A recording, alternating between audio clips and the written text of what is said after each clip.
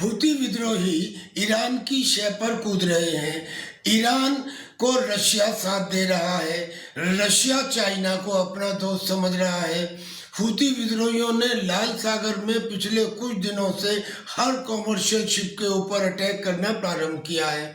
America ने 20 देशों के साथ एक नेवल टास्क फोर्स वहां बना लिया है। अब अरब सागर के अंदर एक कॉमर्शियल शिप जो भारत आ रहा था और जिसका संबंध इजराइल से बताया जाता है, उसके ऊपर हूती विद्रोहियों ने एक ड्रोन से अटैक कर दिया है। हूतियों की हिमाकत के बाद भारतीय नौसेना ने अपने युद्धपोत को रवाना कर दिया है।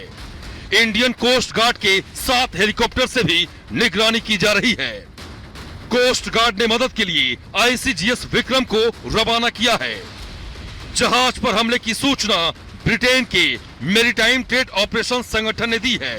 ये संगठन समुद्री गतिविधियों पर नजर रखता है। बताया जा रहा है कि जहाज का इजराइल से संबंध है, इसलिए हूती विद्रोहियों ने जहाज को निशाना बनाया।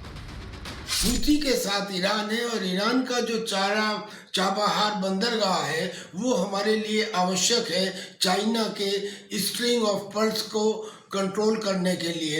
लिहाजा इस समय हमारी समझ में ये ठीक रहेगा कि हम बजाय किसी डायरेक्ट कन्फ्रंटेशन के इजराइल को एक्टिव करना इवेंट्स ना से ही कम से कम टैसिट अप्रूवल अवश्य दें। लेकिन भारत के एक्शन से हूती विद्रोहियों में हड़कंप मचा हुआ है और वो भारत की जवाबी कार्रवाई से बचने की जुगत में है।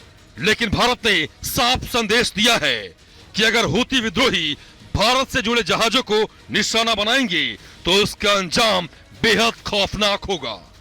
Bureau report, Republic Bharat.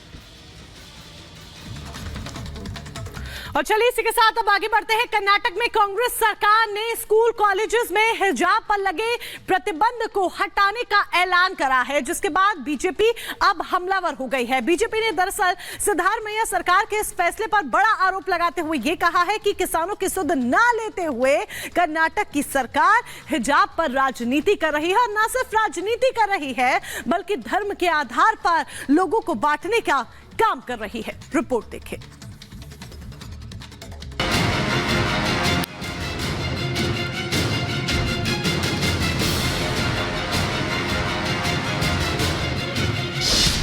Karnataka में हिजाब को लेकर सियासी रात।